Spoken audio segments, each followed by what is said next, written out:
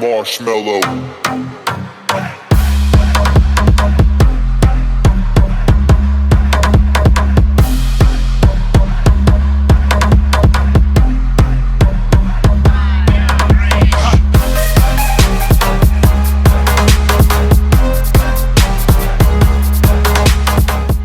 Okay, so let's get started with the Marshmello DIY. So of course you're going to need a template. I'll leave a link below to the one that I used, and you just want to print this out and cut them along the outline, and we're going to save these for later. So for the actual marshmallow head, we're going to use this 5-gallon white bucket from Lowe's.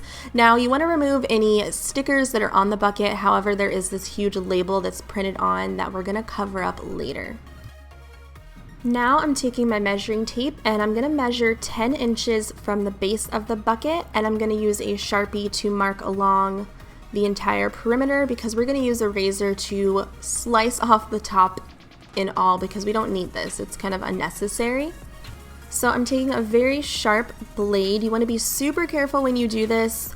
And I'm just punching a hole to start, and then I'm going to work my way along. Now this was kind of hard for me. Clearly I can't stay on the line and it was a pain in the butt, but take your time, be patient, because it'll be worth it in the end. Here I'm just using my blade again to clean up any of the edges and get it a little bit more neat. Next, I'm using my cutouts that we cut earlier and a little bit of the painter's tape that you see here to temporarily stick on the placement. Now this is super important that you get this lined up properly. I'm just using an image just to double check everything, and I definitely played around with the placement a little bit. And then I'm going to go in with a Sharpie to outline this.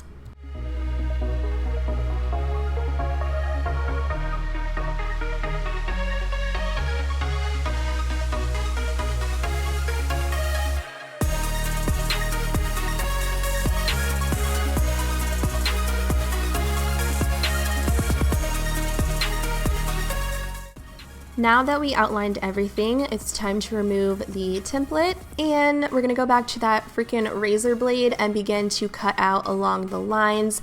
Now this was super tedious and it took a lot of time because there are curves, and my blade for some reason kept getting stuck into the bucket, so I had to go back and like replace it. So just be super careful when you're working with something very sharp.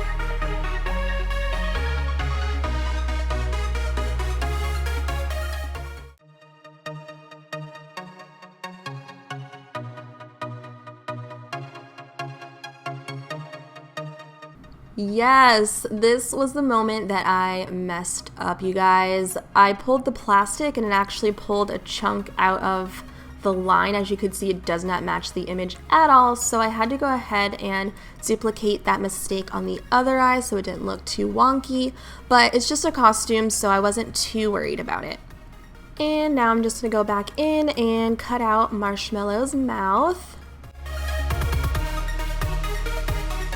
And just to clean up those edges, I'm going to take this sandpaper block and run it along the cuts that I made and pull out any little bits that you see and clean up those lines.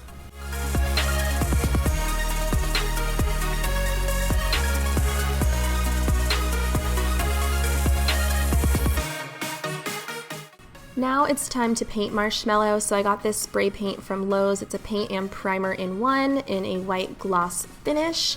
And I did about 2 coats of this because I really wanted to conceal that printed label that you see here, and it did a pretty good job. So I'm going to leave this to dry for 24 hours.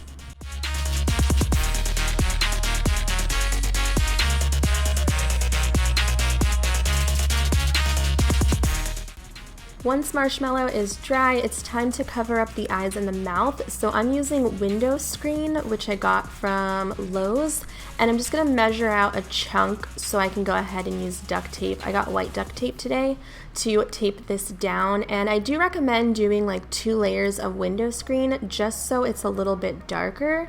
I definitely don't think you should do more than that because you want to be able to see out of the eyes, especially if you're going to be wearing this out at night.